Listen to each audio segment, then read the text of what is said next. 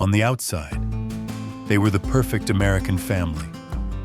But inside their home, a quiet war was being waged with silence and control. A mother's coldness toward her husband shaped each of their 4 children in very different and sometimes devastating ways. Watch till the end to find out how one son learned to disappear, one daughter learned to dominate, and another clung to her faith just to survive. The night it all cracked open, the children heard it, the slam of the bedroom door, so loud the hallway pictures rattled on the wall. Tom stood in the kitchen, hands gripping the edge of the counter. His eyes stayed fixed on the floor as his wife, Melissa, stormed past him. Her face was tight, her voice sharp enough to cut the air. "Don't just stand there," she snapped. "You never do anything right." Dinner sat untouched on the table. The kids, Samantha, Rachel, Daniel, and little Emily, sat frozen, forks halfway to their mouths. They'd seen this before, Melissa laughing with them one moment, then freezing Tom out the next. Melissa ignored Tom completely as she dropped onto the couch, flipping on the TV. The bright light from the screen flickered across her face, highlighting her complete disinterest in him. Tom forced a smile for the kids. "Eat up," he said softly. But inside, he felt the sting of being invisible in his own home. He had long since learned that speaking up only led to more humiliation. That night, as the kids ate in heavy silence, each of them quietly understood something they were too young to put into words. Love between parents could die long before the marriage did. Melissa adored her children, or at least that's what the world thought. At school events, she beamed like a proud mother. At church, she made sure everyone knew she was involved and devoted. She hugged her kids in public, kissed them on the forehead, and called them her whole world. But Tom knew better. At home, she cooked elaborate meals for the kids, favorite pastas, hand-rolled pizzas, chocolate chip pancakes on weekends. But Tom? She'd place his dinner separately, sometimes hours later, sometimes not at all. If she did serve him, it was without eye contact, the plate set down hard enough to make a point. If he asked a question, she answered in the shortest, coldest way possible, if at all. The children noticed. Samantha thought her mother's coldness meant Tom deserved it. Otherwise, why else would Mom ignore him? Rachel felt an ache she couldn't explain and found herself quietly trying to include her father when her mother wouldn't. Daniel withdrew, sensing that men in their house were expected to stay in the background. Little Emily, too young to fully understand, learned quickly to read her mother's moods and to read the room before speaking. Tom told himself it was better this way, that enduring Melissa's coldness was worth it if the children still felt loved. He endured it, thinking that protecting the children was worth swallowing his pride. But what he didn't realize was that the kids were learning a dangerous lesson, that love could be given to some and withheld from others as a form of control.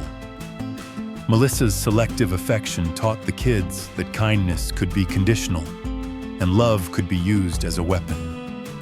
It was the unspoken rule in their home. Melissa's affection was a currency she could give or take at will, and slowly, it shaped the way each child would come to understand relationships for the rest of their lives. Tom endured in silence, never suspecting that the real damage wasn't in how Melissa treated him, but in how the children were watching her do it. Daniel was only 8 when he realized his safest place in the world was the background. He had learned it by watching his father. Tom didn't argue, didn't push back, didn't demand to be seen. He moved quietly through the house, fixing broken hinges, mowing the lawn, paying bills, always in silence, always careful not to disturb Melissa's moods. Daniel copied him without even knowing it. At the dinner table, when Melissa spoke, Daniel rarely interrupted. If she snapped at Tom, Daniel kept his head down and pretended to be focused on his food. At school, he rarely raised his hand, even when he knew the answer. When the teacher asked for volunteers for a project, he'd wait until everyone else stepped forward before quietly saying, "I can help if you need me." It wasn't shyness, it was survival. Daniel had learned early that attention could be dangerous. In their house, the person in the spotlight was the person most likely to be torn apart, whether by ridicule, criticism, or cold dismissal. And Daniel couldn't bear the thought of being on the receiving end of what he saw his father endure every day. He loved basketball, but during games, he'd pass the ball even when he had a clear shot. He didn't want to be the one everyone was watching. Better to be the helper, the supporter, the quiet one. He let others take the winning shot. He was afraid of being too much. When teachers wrote in his report cards, "Daniel is polite and respectful, though very reserved," Tom would smile with pride. He thought it meant Daniel was kind. But what Tom didn't know is that Daniel's quietness wasn't a choice. It was armor for survival. His teachers didn't realize that. Daniel wasn't shy by nature. He was practicing the art of taking up less space, a survival skill he learned at home. Over time, the armor became part of him. Compliments made him uncomfortable. Praise felt undeserved. And deep inside, Daniel began to believe what his mother's treatment of his father had silently taught him: that men didn't get to take up too much space, that they didn't deserve to be fully seen or heard. By the time he was a teenager, Daniel's low self-esteem was no longer just a habit. It was who he thought he was. Daniel believed he wasn't worth being noticed. His self-esteem stayed low, not because of anything he'd done, but because the model of manhood he had was a father who was constantly diminished. And no one, not even Tom, realized just how small Daniel had made himself in order to survive. Samantha was the first to notice that in their house, power decided everything. She was only 12 when it fully sank in. Melissa didn't just get her way. She shaped reality. If she said something, it became truth, no matter what actually happened. If she ignored someone, it sent a louder message than shouting ever could. And everyone, including Tom, adjusted themselves to fit her moods. She watched Melissa dominate every room she entered. Samantha decided that was strength, and she wanted it. Samantha decided she would never be the one adjusting. Unlike Daniel, who learned to fade into the background, Samantha leaned forward into the space her mother left open. She studied Melissa's mannerisms, the way she raised an eyebrow to silence a room, the way she dismissed Tom's opinions without a second thought, the way she made people seek her approval without them realizing it. By high school, Samantha had mastered those skills. She could charm teachers into extending deadlines, convince friends to do her share of group projects, and keep herself at the center of every social circle she entered. She picked friends who admired her, and she knew exactly how to make them compete for her approval. She knew exactly which compliments to give and when to withdraw them. In relationships, she called the shots. She decided when things began, when they ended, and how much of herself she would give. If a boy disappointed her, she dropped him without a word. To her, vulnerability was weakness, and weakness was the one thing she swore she would never allow. To outsiders, Samantha was confident, magnetic, and ambitious.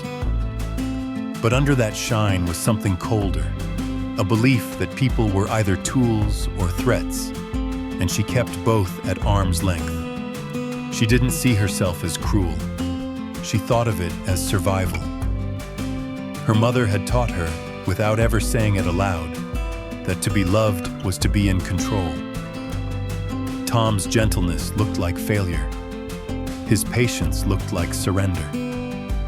Samantha promised herself she would never end up like him. The truth was, Samantha's armor wasn't strength. It was fear. She was terrified of being small, of being overlooked, of being someone's afterthought. And so she built her own kingdom where she reigned, where no one could diminish her. What she didn't know yet was that this kingdom, built from her mother's blueprint, would one day become her cage. Rachel saw everything her siblings saw: Melissa's sharp words, Tom's quiet endurance, the constant undercurrent of tension. But she processed it differently. She was only 10 when she began noticing how her father's eyes dimmed a little every time Melissa dismissed him. When her mother snapped, Rachel felt a knot form in her stomach. She couldn't explain it, but she knew deep down something about their home was wrong. Rachel had always been drawn to the little church on the corner of their street. She loved the sound of hymns spilling out of the open doors on Sunday mornings.